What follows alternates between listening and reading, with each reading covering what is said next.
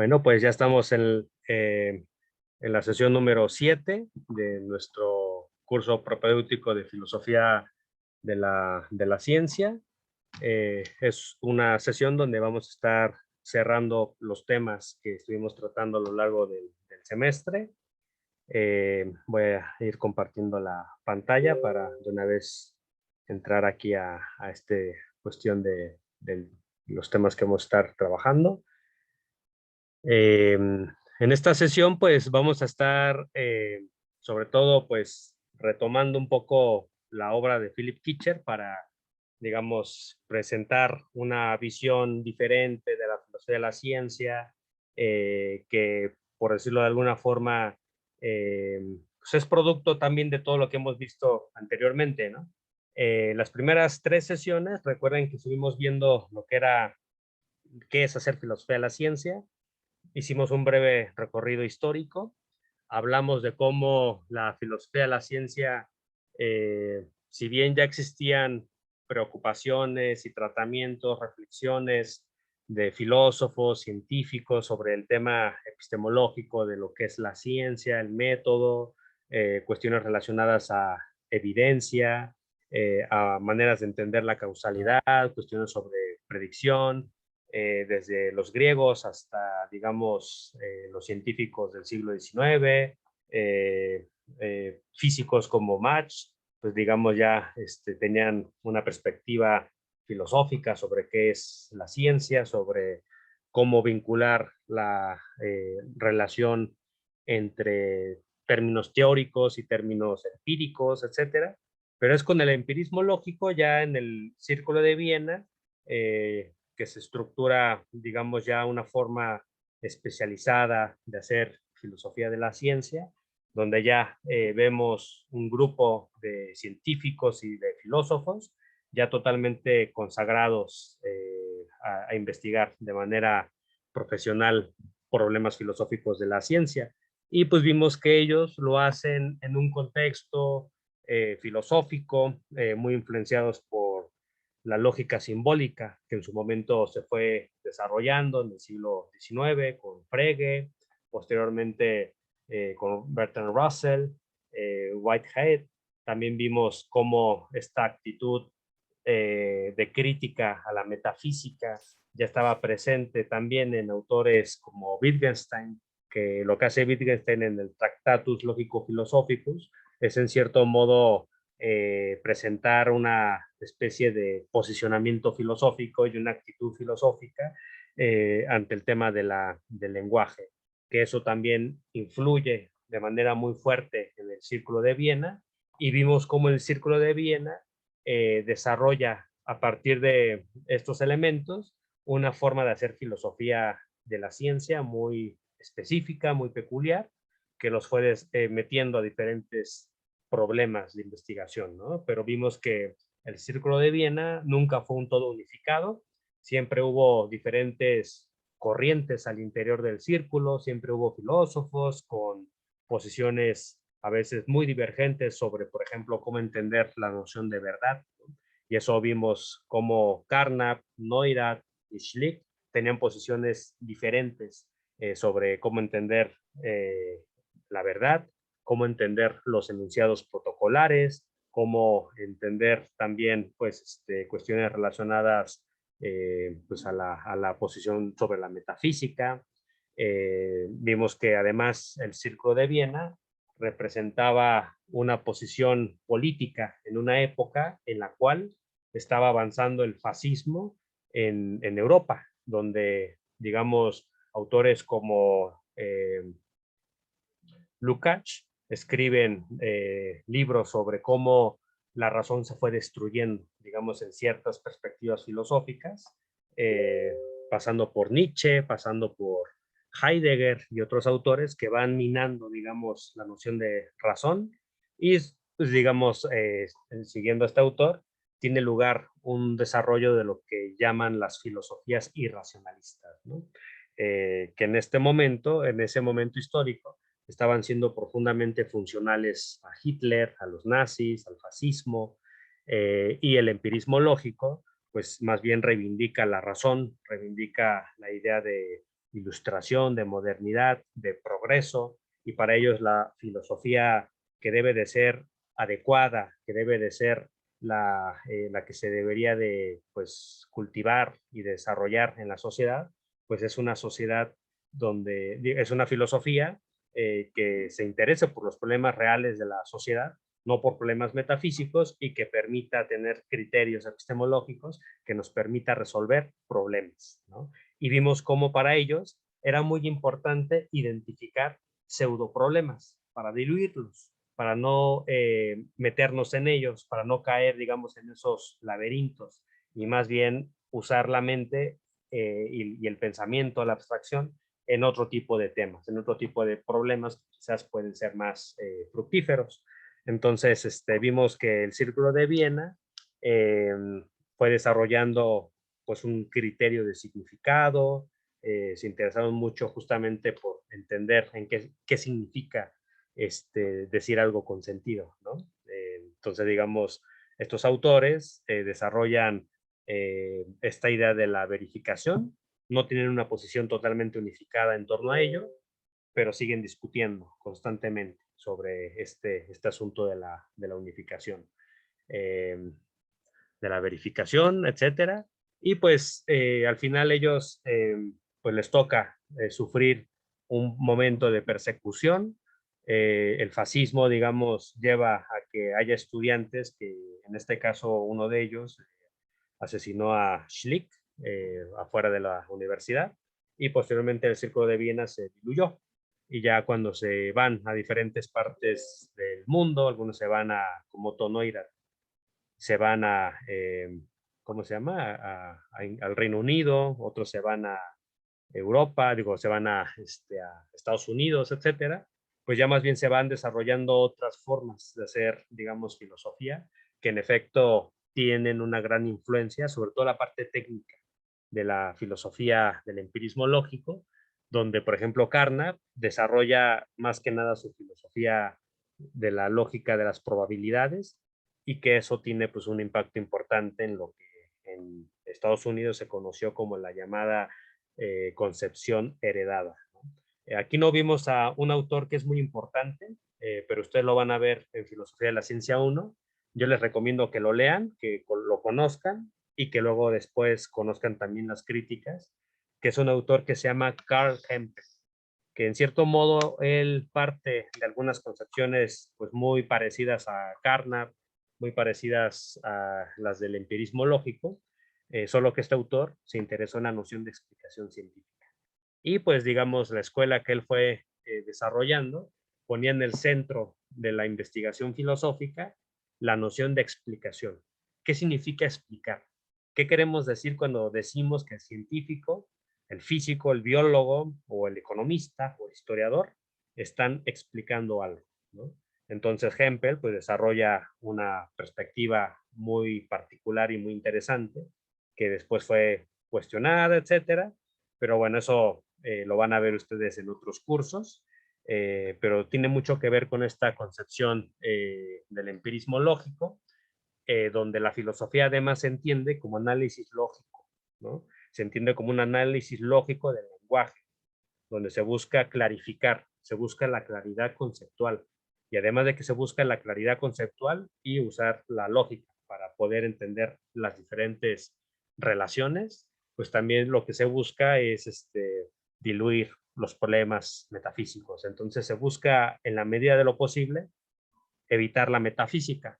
Pero esta filosofía pues tuvo también a su vez una serie de problemas que tenían que ver con que, por ejemplo, el principio de verificación, ¿cómo lo verificamos? ¿En qué consiste o por qué tenemos que creer en la verificación? ¿Cuáles son los argumentos no metafísicos para evitar incurrir en una posición metafísica sobre la noción de verdad? Por ejemplo, recuerden que Aristóteles, cuando habla de la verdad, él define la verdad como aquello, cuando decimos que lo que es, y que lo que no es, no es, ¿no? Eso sería la verdad. Y lo que sería la falsedad es cuando decimos que lo que es, no es, y cuando lo que no es, es. Digamos, es una perspectiva que en cierto modo luego se va formalizando. Tarski, que es un filósofo también un poco de estos años, él desarrolla la famosa concepción o la teoría correspondentista de la verdad, donde un poco esta intuición de Aristóteles se integra cuando habla, por ejemplo, de los enunciados, que los enunciados son aquello que puede ser verdadero o falso y que su valor de verdad depende de que correspondan o no a los hechos. Por ejemplo, la nieve es blanca, es un enunciado verdadero o falso, siempre y cuando nosotros podamos hacer el contraste empírico y verificar que en efecto la nieve es blanca, ¿no? En estas nociones de verdad, se entiende que la verdad está en los enunciados, ¿no? Está en lo que nosotros predicamos del mundo, no está en el mundo en sí mismo, sino en lo que nosotros decimos de él.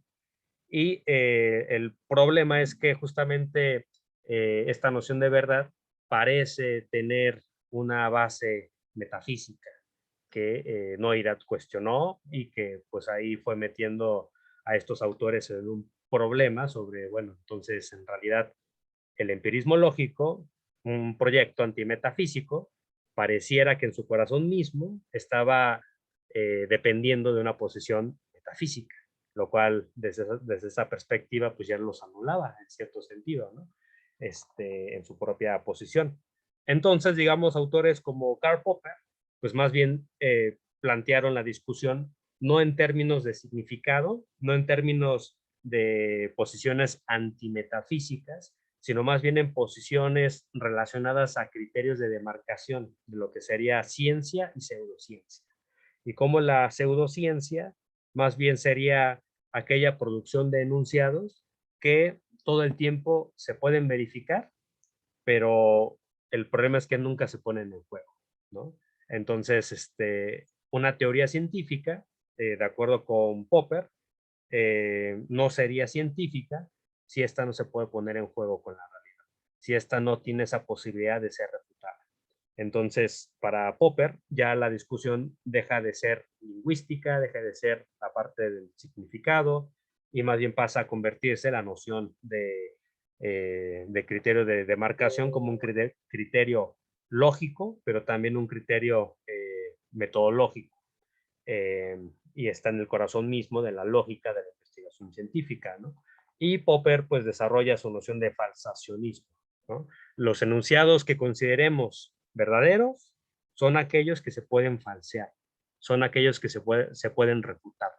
Y la idea es que los enunciados que no sean falseados se pueden replantear en enunciados, por decirlo así, un poquito más complejos, más contextualizados, y siempre sometiéndolo a prueba empírica para que después se puedan falsear y así sucesivamente, ¿no? Lo que hay en común en el empirismo lógico, en la concepción heredada y en Popper, digamos, por decirlo de alguna forma, es que la filosofía de la ciencia se entiende como un análisis lógico, un análisis lógico del contexto de justificación, donde los elementos que describen eh, la manera en cómo a un científico se le ocurre algo, eso ya no sería de interés filosófico, eso sería de interés para el historiador o de interés para el sociólogo o de interés para el psicólogo.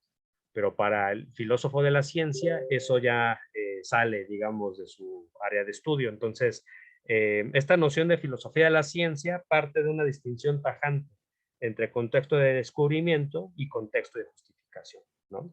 Y eso está presente en estas tres ramas, ¿no? El empirismo lógico, la concepción heredada y en Popper. En cierto modo, algunos historiadores de la filosofía de la ciencia podrían decir que esto se considera la concepción sintáctica de la ciencia, porque el análisis son teorías, son enunciados y se busca la reconstrucción axiomática o se busca la reconstrucción lógica. Pero posteriormente, ya con el trabajo de Kuhn, se hace ver que esa forma de entender la filosofía no puede desarrollarse más, no puede mantenerse, porque no es clara cuál es la diferencia o la frontera entre el contexto de descubrimiento y el contexto de justificación. Y es lo que vamos a ir viendo, como vimos en las sesiones 4, 5 y 6, pues más bien esa frontera del contexto de descubrimiento y contexto de justificación se va diluyendo.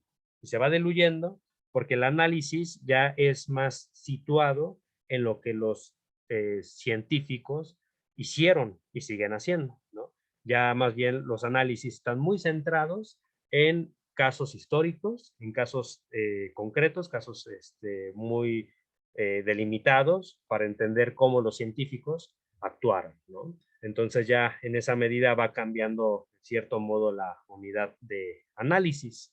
Eh, entonces ese es un tema que me parece muy importante desarrollar. Otro tema tiene que ver con el asunto de los valores, porque digamos en la concepción que podríamos englobar como neopositivista, eh, digamos sí que hay una separación tajante entre enunciados que hablan de la realidad y, digamos, enunciados axiológicos, enunciados con valores, y más bien hay una especie de supuesto de una neutralidad valorativa en la ciencia, donde se piensa que la ciencia es una actividad completamente objetiva. Eh, y entonces la cuestión sobre el sujeto se vuelve a poner en el centro del debate con el trabajo de Kuhn, con el trabajo de Lakatos, con el trabajo de Feyerabend, porque más bien se muestra cómo las comunidades científicas justifican, pero justifican no a partir de razones lógicas o no a partir solamente de esas razones lógicas, sino que también hay otros criterios extralógicos, extrarracionales, por decirlo así, que juegan un papel al momento de justificar una teoría. Por eso ya la diferencia entre contexto de justificación y contexto de descubrimiento se va diluyendo. Pero también, digamos, está el problema de la carga teórica de la observación, donde cuando se observan los datos, se valoran y no podemos establecer una clara distinción entre hacer juicios completamente objetivos de cargas valorativas que tenemos, ¿no? Y a su vez, también está la cuestión de que hay múltiples elementos que están jugando un papel al momento de decidir sumarnos o no a una teoría, ¿no? Y entonces ya Kuhn, Lakatos, Feyerabend visibilizan esos otros elementos y cada quien le va nombrando de una forma, ¿no? Pero el punto es que hay elementos sociales que juegan un papel y que nos impiden, digamos, tener una concepción completamente objetiva de la realidad. Pero entonces en ese contexto, pues se abren las puertas, digamos, a un relativismo, ¿no?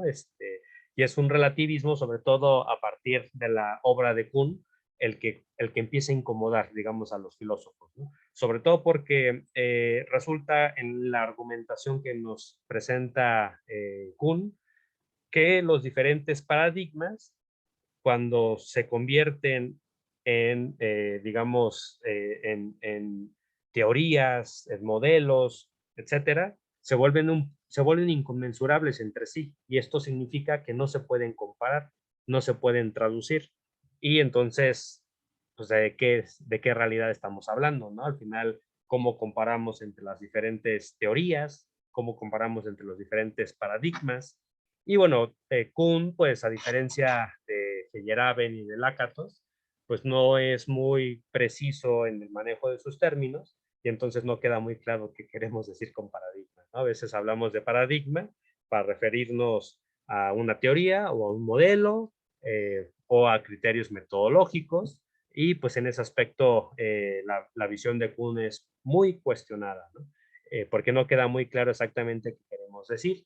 Pero luego, digamos, hay otros proyectos como los de la sociología de la ciencia, que partiendo de este trabajo de Kuhn, sobre todo del trabajo que él hizo de visibilizar la cuestión de las relaciones sociales de las comunidades epistemológicas, lo que hicieron fue desarrollar el programa fuerte, así se conoce, el programa fuerte de sociología del conocimiento, sociología de la ciencia, donde ya más bien uno de los criterios para tratar de manera sociológica la verdad es asumir que la verdad y la falsedad son simétricas, se tratan igual, no hay una diferencia tajante entre ellos. Ya más bien el análisis ya no estaría centrado en los criterios epistemológicos, sino más bien en los criterios sociales que nos dice qué conocimiento se considera legítimo y qué conocimiento se considera ilegítimo. Y a los sociólogos, los antropólogos de la ciencia van en esa dirección, ya no interesándose en el tema de la verdad, sino más bien interesándose en el tema de la legitimidad del conocimiento, ¿no? Y esto pues genera debates, también porque el programa fuerte de la sociología lo que planteaba era la desaparición de la epistemología y más bien reducirla a sociología del conocimiento. Y entonces ahí se generaron muchos debates que ustedes después van a conocer, son debates fascinantes sobre este tema del relativismo, ¿no? Y las consecuencias que ello implica para la filosofía de la ciencia, porque en el fondo lo que había en estos años era una especie de crisis epistemológica de la filosofía y se sigue hablando de esta crisis en la actualidad. Exactamente qué queremos decir cuando decimos que somos filósofos y que hacemos filosofía. Es un tema que todo el tiempo va a estar saliendo, ¿no? Entonces, en este contexto de debates entre el relativismo y el positivismo, Philip Kitcher, pues digamos, trata de desarrollar una vía intermedia, tratando de establecer una visión que sea un poquito más equilibrada y que ayude a entender estas cuestiones complejas de una forma no simplista, ¿no? Entonces, digamos, eso es lo importante de este autor, pero no es la única filosofía de la ciencia que surge en esos años, ¿no? Hay muchas otras que surgen con este interés. Philip Kitcher, pues es un filósofo inglés, él es de los años, bueno, nació en 1947 y él fue un estudioso de la filosofía de la biología, también estudió bastante la filosofía de la física, en particular llama mucho la atención su trabajo de los años 70, donde habla de la explicación científica como unificación de fenómenos, ¿no? Ese es un trabajo donde él desarrolla su visión de qué es explicar.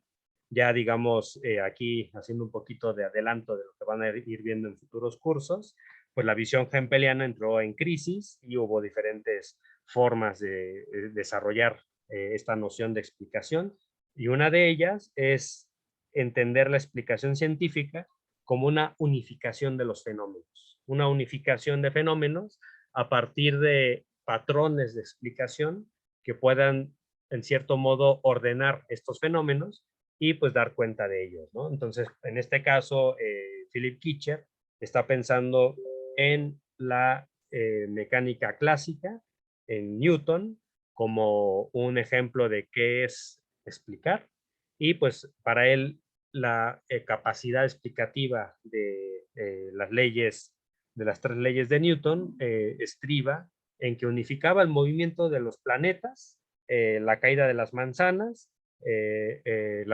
digamos el lanzamiento de cohetes, etcétera, en una serie de ecuaciones que nos permitían posteriormente desarrollar líneas de trabajo, líneas de investigación, etcétera, ¿no? Entonces, para Kitcher, el carácter unificador de las teorías, digamos, expresa esta noción de explicación.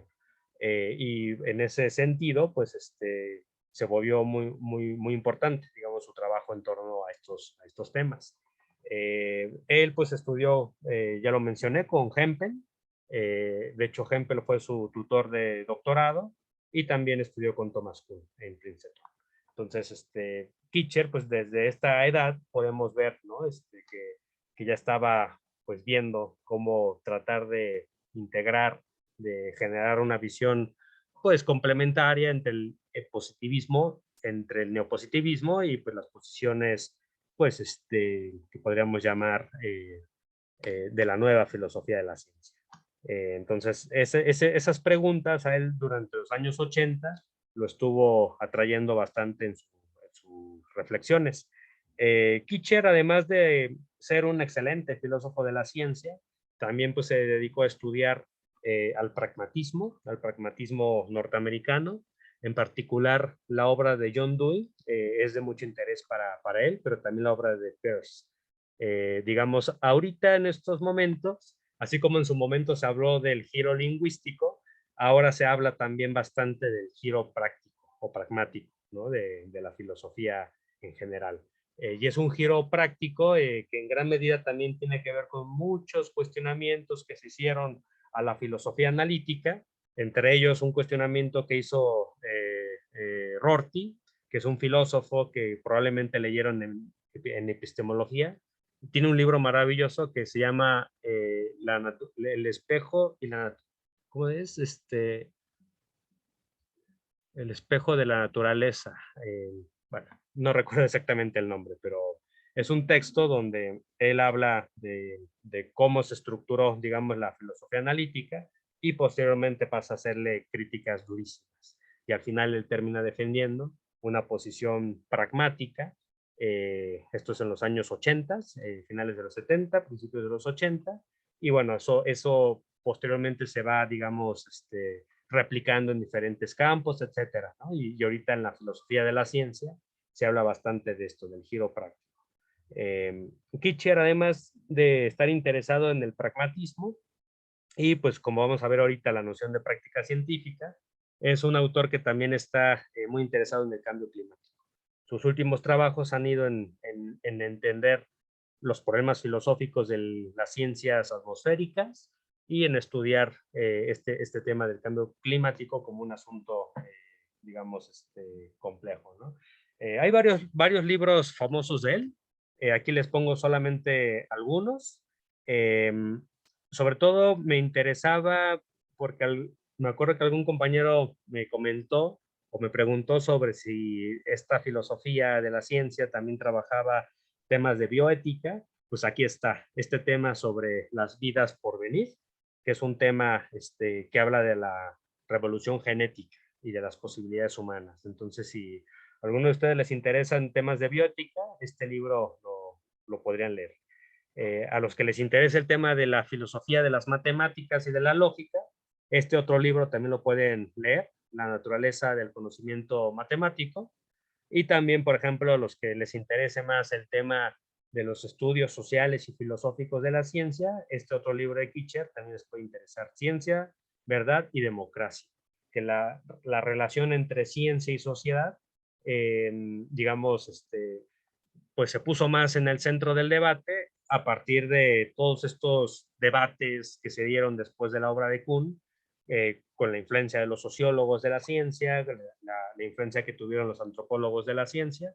Al final se puso en el centro esta noción de relacionar lo que es la ciencia con la sociedad.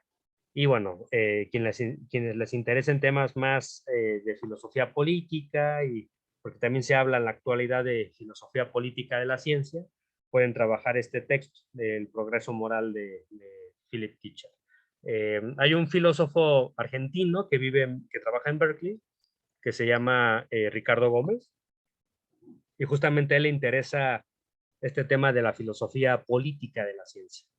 Eh, para tratar de ir, digamos, un poco más concretos sobre el tema del texto de Kitcher.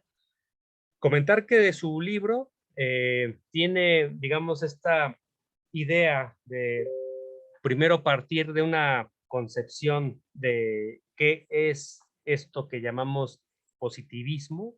Básicamente la idea que tiene Kitcher es, por decirlo de alguna forma, eh, presentar la noción que él ya va a llamar la leyenda, ¿no?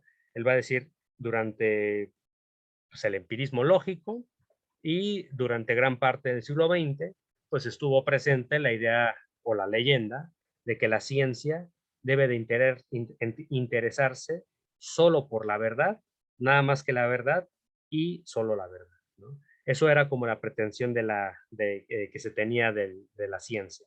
La ciencia como el conocimiento de las verdades últimas de la sociedad, de la verdad que está subyacente. Entonces, la noción de verdad parecería que sería lo más importante en estas concepciones positivistas, y pues la ciencia a su vez va construyendo una imagen de sí misma como una ciencia desinteresada.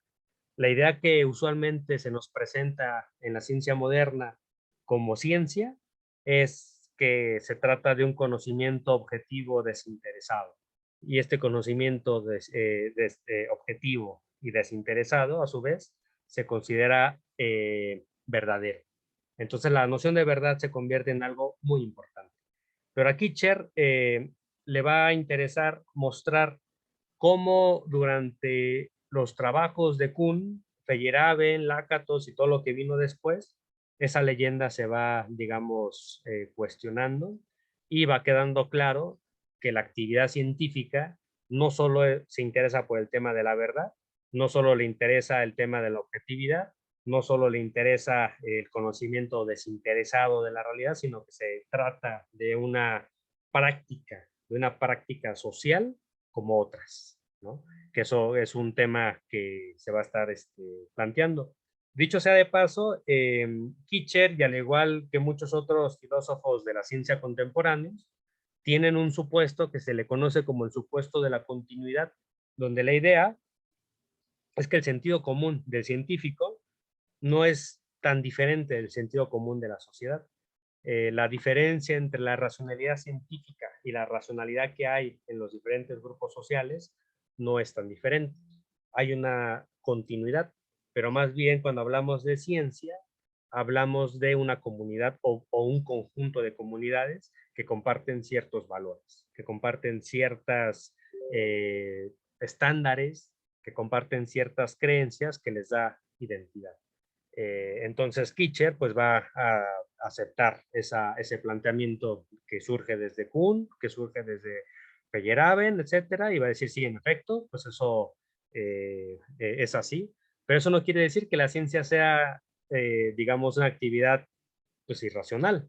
No quiere decir que la ciencia no busque la objetividad, no quiere decir que la ciencia pues sea tan sociologista, ¿no? Sino que más bien es más complejo, ¿no? Entonces, Kitcher va a tratar de establecer una visión un poquito equilibrada entre ambas posiciones. Y pues, por otro lado, él se va a interesar mucho en la noción de progreso científico. Él va a decir que el progreso científico no es ni acumulativo ni lineal, como se había planteado en la época del positivismo lógico, como un acercamiento gradual a la verdad absoluta, eh, pero también va a negar la idea de que el progreso de la ciencia se da por medio de revoluciones científicas. Él va a negar la idea de que la ciencia avanza de manera discontinua y más bien se va a centrar en la idea de que la ciencia es una combinación de elementos de continuidad y de discontinuidad. Y se da en diferentes momentos, se da en diferentes contextos, en diferentes niveles, ¿no? Entonces, Kitcher es muy importante por eso, porque él se va a centrar en visibilizar la noción de práctica científica, de consenso, que se establece entre diferentes miembros de una comunidad, pero que estas prácticas científicas de consenso son multidimensionales, tienen diferentes niveles, no es nada más un nivel, sino son diferentes niveles, todos esos relacionados entre sí, y la idea de Kitcher es que la ciencia o las diferentes ciencias eh, van a estar, pues digamos, compartiendo consensos y disensos constantemente.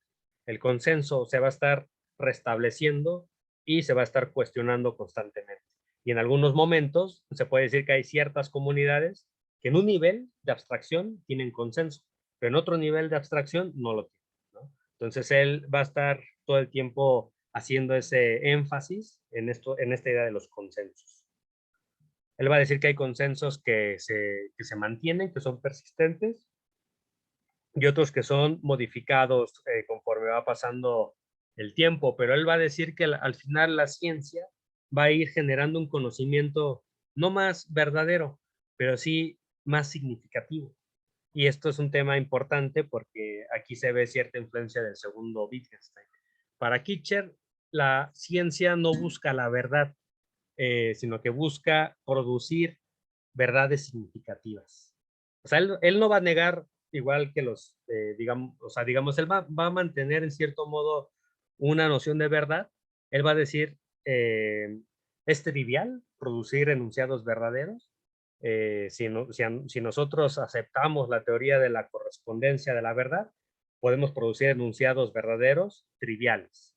Eso no es para él un tema importante, ¿no? Más bien el tema es que se trate de enunciados significativos, de enunciados verdaderos significativos que representen algo. Entonces ya la noción de significado no va a depender, digamos, de que el conocimiento sea verificable o no, sino más bien de cómo se relaciona con las prácticas científicas, cómo se relaciona con los diferentes niveles, cómo se relaciona con las diferentes inquietudes que tienen los miembros de la comunidad científica de esta práctica de consenso. Entonces, en esa medida, él se va a interesar en ese tema. Kitcher, pues en ese contexto, él va a decir, los científicos en su día a día, pues comparten diferentes nociones, comparten diferentes visiones sobre qué significa hacer, digamos, actividades científicas, pero hay variantes entre ellos, ¿no? Y por eso, al momento de estudiar, digamos, el cambio científico, a él le va a interesar muchísimo estudiar la microestructura del cambio científico, es decir, los elementos cognitivos que son parte del procesamiento de la información, que son parte también de la relación, digamos, del sujeto individual con su entorno. Y entonces para ello, Philip Kitcher va a estar retomando elementos de la psicología cognitiva, elementos de la inteligencia artificial, de la neurociencia cognitiva, para entender esta microestructura del cambio científico. Este tema es importante, sobre todo ya, digamos, si queremos conocer las últimas tendencias de la filosofía de la ciencia, esto lo van a ver constantemente. La idea de que es necesario estudiar la cognición para poder dar cuenta de cómo razonan los científicos, de cómo establecen representaciones de la realidad y cada vez más por esta influencia, digamos, naturalizada que se tiene desde Quine hasta la actualidad, de que la filosofía adecuada tiene que estar informada de lo que hacen los científicos, pero también retomar sus aportes, pues cada vez vamos a ver más cómo se retoman elementos de las ciencias cognitivas para estudiar esta microestructura, esta estructura que está en la mente, digamos, de los científicos, ¿no? Kitcher en este momento desarrolla ciertas visiones a partir de lo que había en esa época, ¿no? Por ello hay otros autores que van a ir retomando otros elementos. Por ejemplo, la noción de razonamiento heurístico se retoma pues lo que hace Simon, lo que hace Gigerenzer, lo que hace Kahneman, lo que hace la Behavioral Economics, y se va a integrar, digamos, al estudio de cómo los científicos razonan. Una forma también de estudiar esta microestructura del cambio científico, de cómo la gente razona, de cómo los expertos razonan, tiene que ver también en la actualidad con la integración de lo que se conocen como los sesgos cognitivos. Es decir, antes, cuando nosotros decíamos con Kuhn, es que hay anomalías que los científicos miembros de la ciencia normal pues no asumen, ¿no? Como que en cierto modo no aceptan la evidencia que va en contra de su teoría, sobre todo en la etapa en la cual hay un crecimiento de la ciencia normal.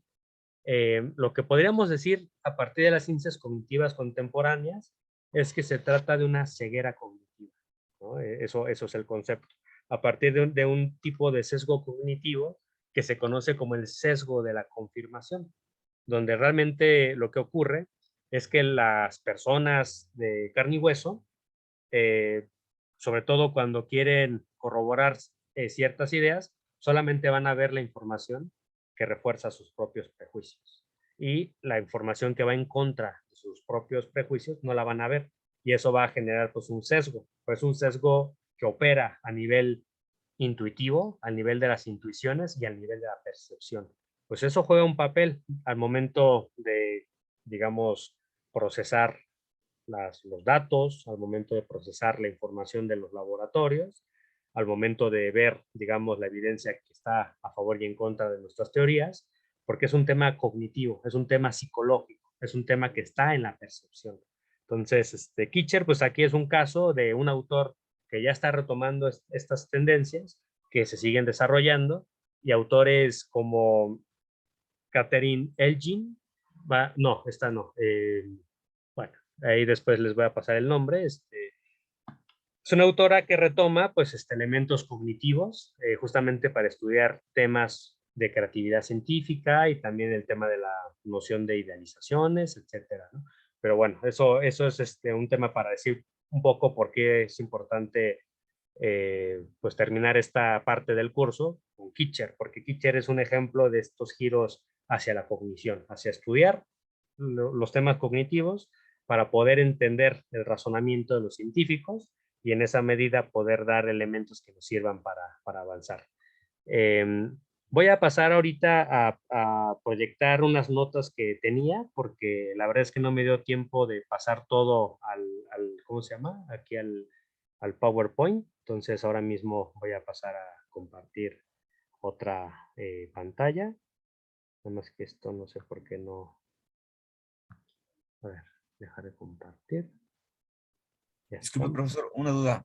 Sí, Menciona que el autor está un poco influenciado por un pragmatismo, americano, sí. y luego menciona esta parte del cognitivismo. De alguna manera, su fundamento es un pragmatismo mentalista y, y también tenía, otra duda de si de alguna forma también es una forma de domesticar esta idea de que las revoluciones científicas son radicales. Eh, o sea, digamos, respecto a la segunda pregunta, la idea es que los científicos, en la realidad es que no se ha dado el proceso de cambio científico del mismo modo en que lo planteó en su momento este autor que se llama Kuhn, ¿no?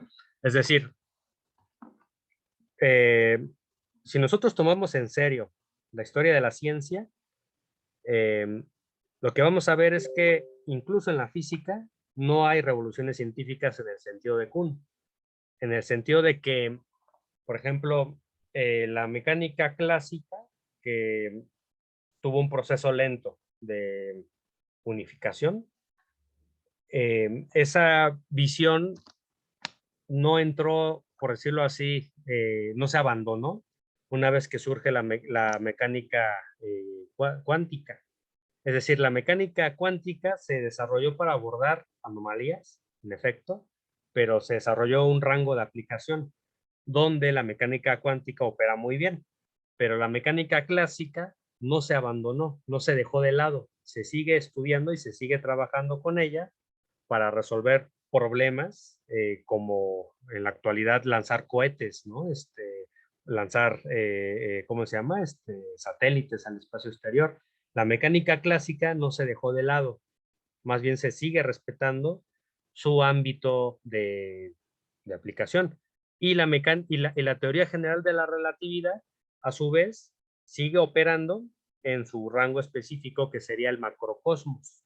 En ese nivel de abstracción, eh, pues ellos operan con sus trabajos, con sus visiones del espacio-tiempo, etcétera, de Einstein, y no se ha logrado una plena unificación de los tres. Es decir, nosotros podríamos decir que la física no reúne los requisitos para ser considerada una ciencia paradigmática en el sentido kuhniano porque no está unificada toda en un solo paradigma. Y los paradigmas anteriores no se abandonaron completamente, más bien se siguen usando. Entonces, lo que vemos es que hay la formación, y Kitcher lo diría así, de diferentes prácticas científicas de consenso que sirven para resolver diferentes problemas. Y eso no necesariamente nos llevan a tener una visión de paradigma. A ver, un momento, ahorita tengo que resolver un tema, ahorita me vuelvo a conectar.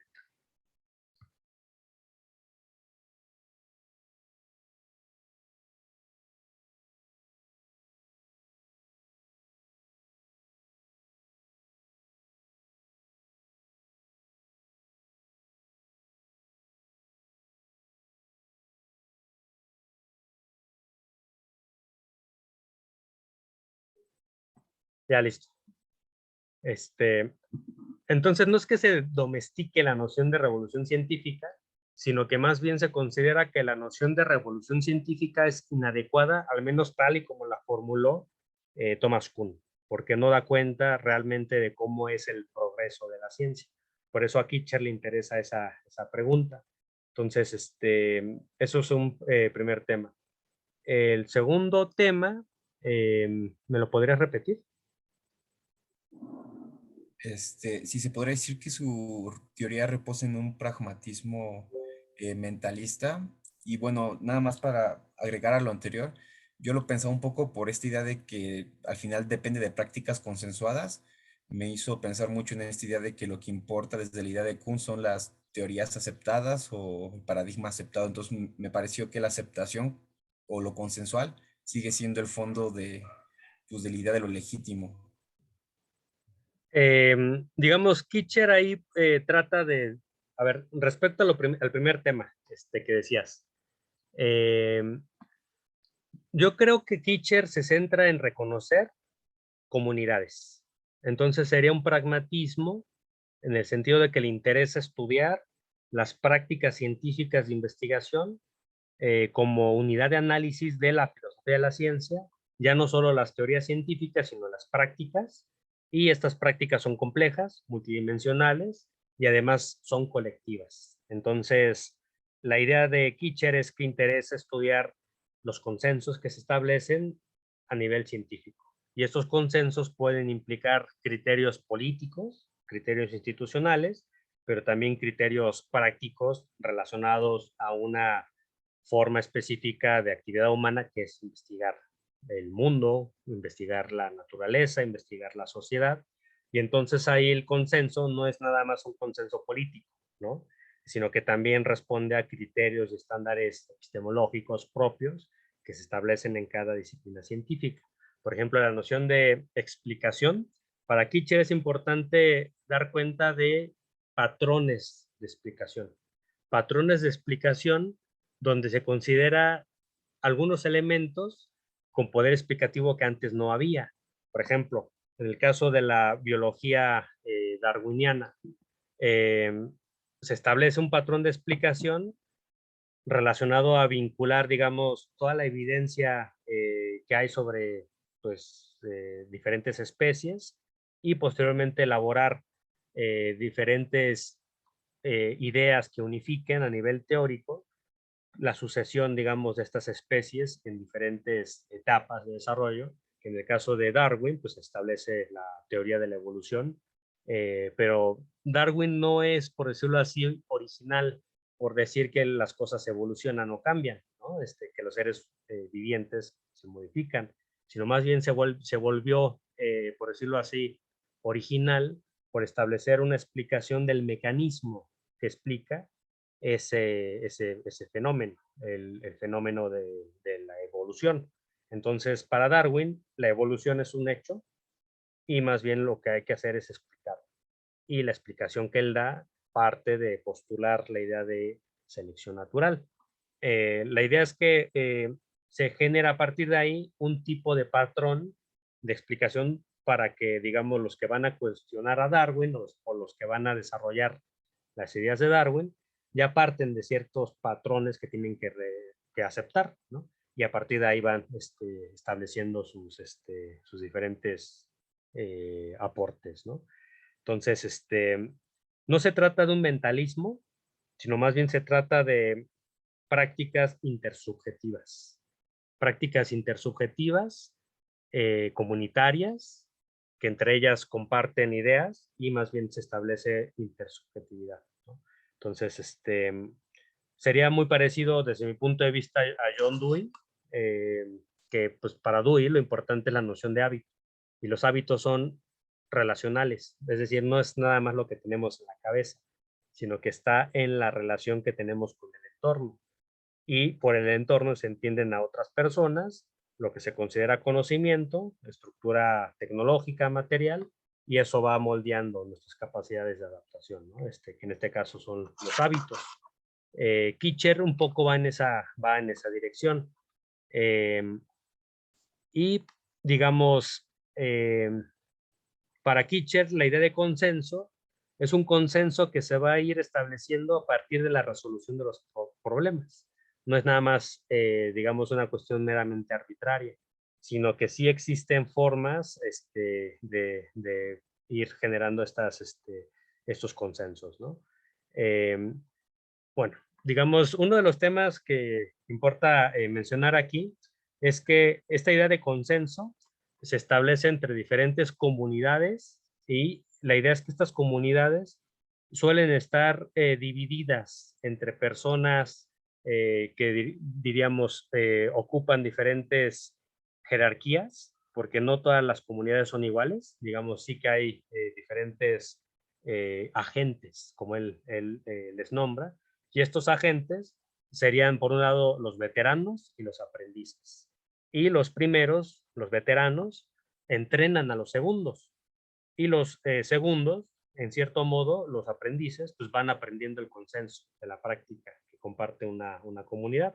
Y entonces se van integrando, digamos, a estas prácticas. En ese proceso de integración, pues los veteranos, pues digamos, estamos hablando de personas que ya ocupan un lugar muy respetado en la comunidad, que son personas, diría Bourdieu, con un alto capital social, perdón, un alto capital simbólico, y que tienen credibilidad, que tienen eh, prestigio. Y pues el prestigio pues no es nada más así como por generación espontánea que se genera, ¿no? Sino es gente que ha logrado resultados con sus investigaciones, etcétera. Y el tema es que estos veteranos van generando diferentes textos que van moldeando, digamos, la capacidad cognitiva de los aprendices. Y los aprendices, pues eso, quieren ser veteranos en su momento, quieren desarrollar sus ideas, y entonces se va generando una especie de circularidad, ¿no? Entre la relación de veterano y aprendiz, ¿no? El aprendiz eventualmente se convierte en veterano y a su vez vuelve a replicar lo que hicieron con él y así sucesivamente, ¿no? Las prácticas de consenso, según Kitche, se componen de estos elementos. Un elemento es el lenguaje aceptado por la comunidad. Por ejemplo, piensen ustedes por ejemplo, en los economistas, ¿no? Los economistas tienen términos muy técnicos a partir de los cuales se habla, por ejemplo, el efecto multiplicador, o cuando se habla de, ¿cómo se llama?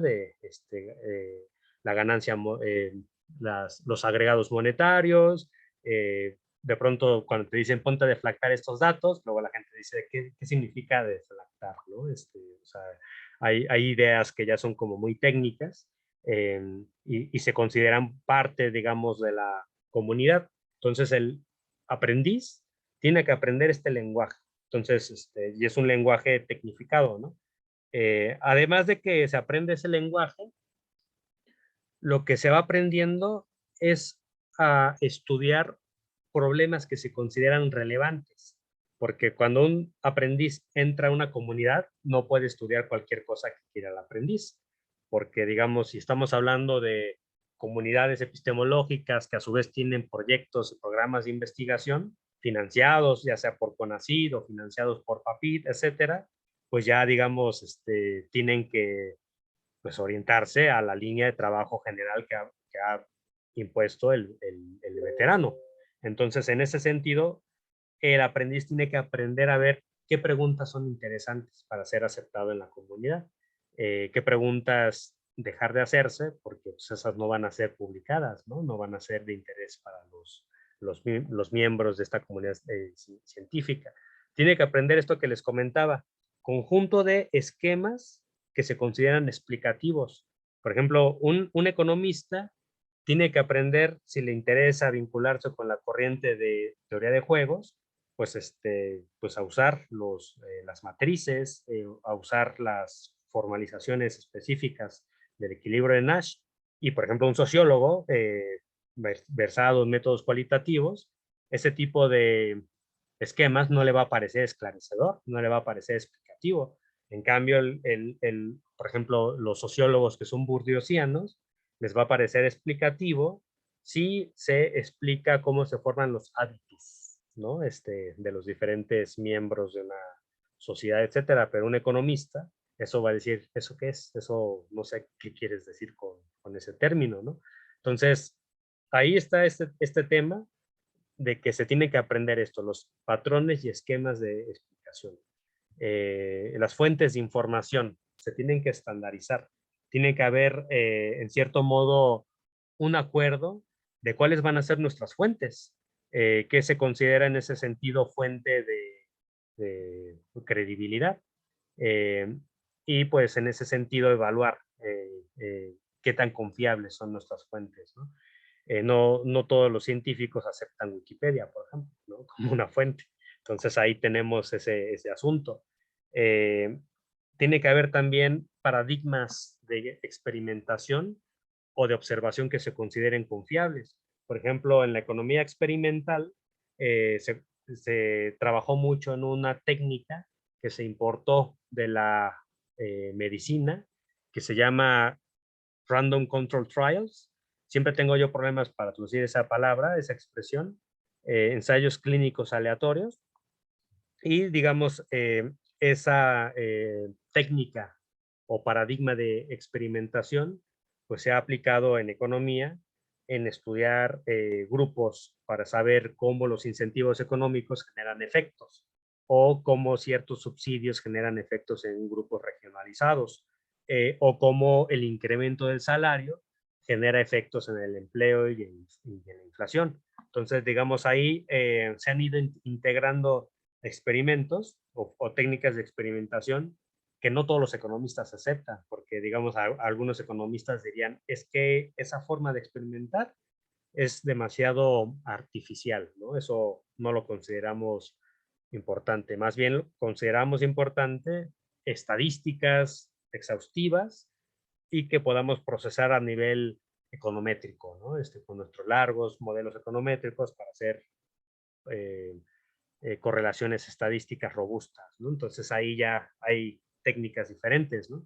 No todos aceptan, por ejemplo, el tema de la simulación computacional como una forma de experimentación, y ese es un tema que en la actualidad se está discutiendo. Eh, lo que se considera como razonamiento bueno y defectuoso, y cómo este tipo de razonamiento bueno y defectuoso los aprendices lo tienen que aprender y replicar, ¿no? Esta clasificación para saber cómo evaluar los diferentes enunciados que se producen en la sociedad. Entonces, ya estamos viendo, digamos, esta noción de práctica científica de consenso como algo bastante amplio, ¿no? Con diferentes elementos. Y lo que va a decir Teacher es que en realidad él simplemente está explicitando lo que quería decir Kuhn con la noción de paradigma. Y esa es la visión que él está desarrollando, ¿no? A partir de una lectura de Kuhn, desmenuzándola, ¿no? Y diciendo, pues es multidimensional. Ahora, lo que va a decir Kitcher es que el progreso de la ciencia se da en todos estos niveles. A veces se da como una precisión del lenguaje, es decir, el científico aprende formas más precisas para expresarse de manera especializada y decir cosas más significativas. Por otro lado, se desarrollan los conceptos y se organizan mejor en ese sentido nuestras experiencias sensibles. Por ejemplo, la noción de que existe en economía de estanflación es una noción que se tuvo que inventar, porque en los años 50 o en los años 40 no existía esa situación en la cual hubiera estancamiento económico y también hubiera inflación. Nunca en la historia había ocurrido eso. Y cuando nos tocó en los años 70 vivir esa época, pues tuvo que desarrollarse esa nueva palabra, la estanflación.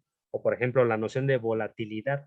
Esa noción no existía porque no habíamos vivido, digamos, una situación de interconexión de los mercados globales que generara incertidumbre en las diferentes variables monetarias, y entonces pues se tuvo que desarrollar la noción de volatilidad, ¿no? O la noción de precarización.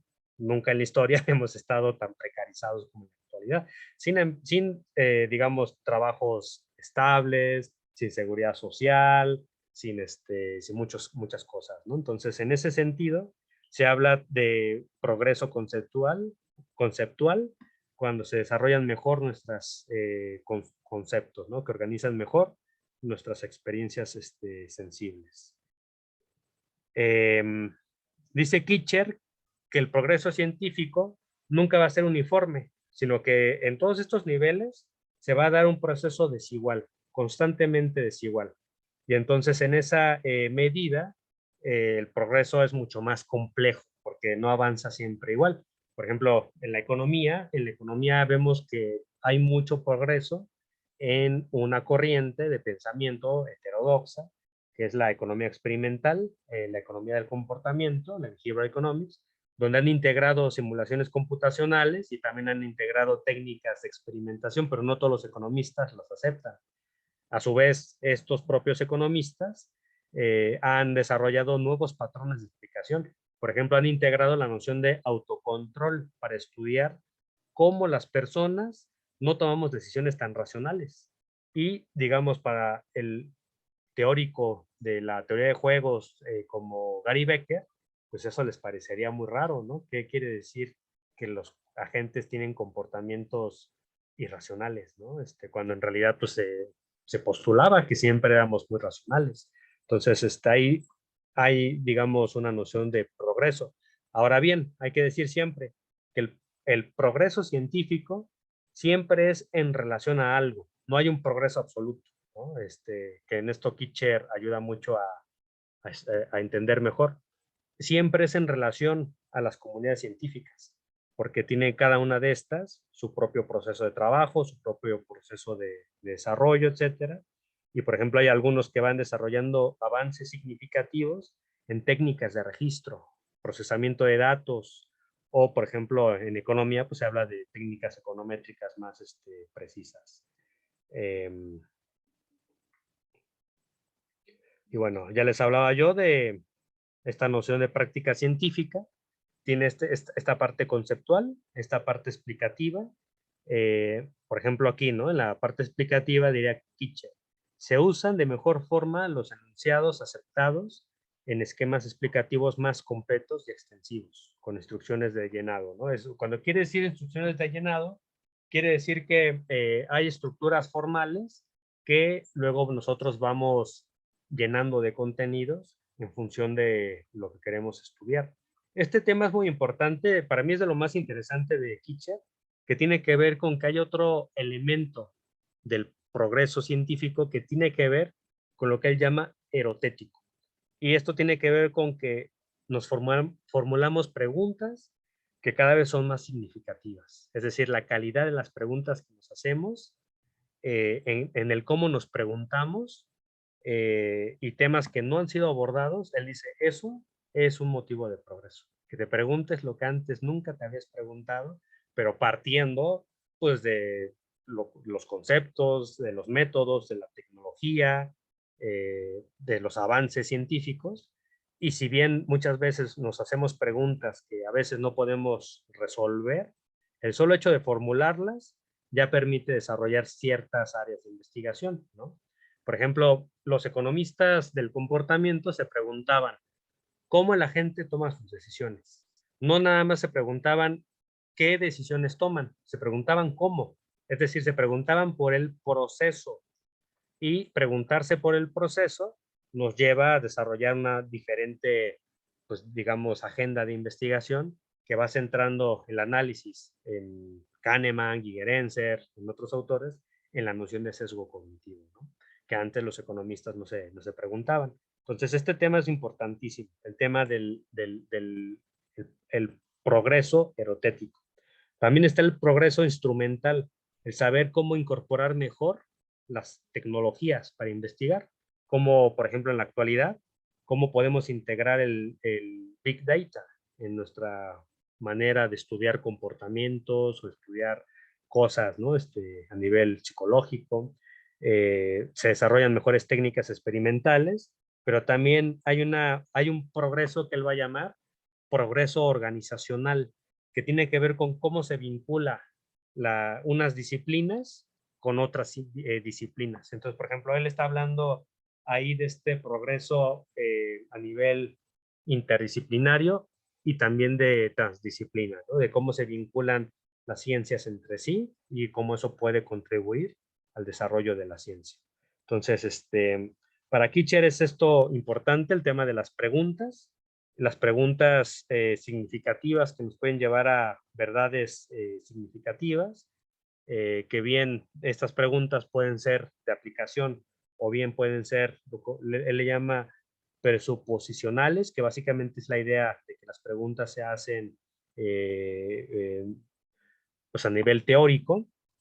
Y bueno, bueno, hay más elementos que decir sobre Kitcher en este elemento, pero básicamente era lo que yo quería enfatizar, que la visión de la ciencia que nos presenta Kitcher es una visión más situada en contextos sociales, en contextos institucionales.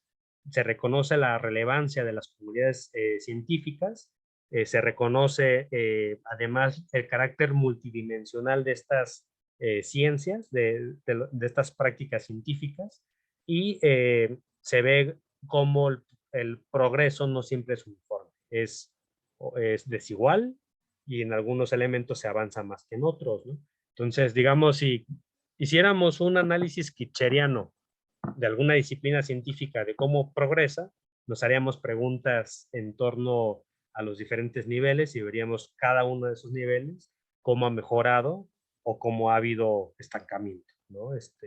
Entonces ya se trata de una forma diferente, no es como, por ejemplo, evaluar si el programa científico de investigación es progresivo o entra en proceso de degeneración, o preguntarnos acerca de una práctica científica pseudocientífica, tener un criterio de marcación en ese sentido, sino más bien preguntarnos por las comunidades que están organizadas a nivel institucional en la ciencia o en las ciencias y ver cómo ellos funcionan. Entonces ya se entiende la ciencia como sistemas socioculturales compuestos por agentes, ya se visibiliza la importancia de la gente y estos agentes tienen interacciones entre sí.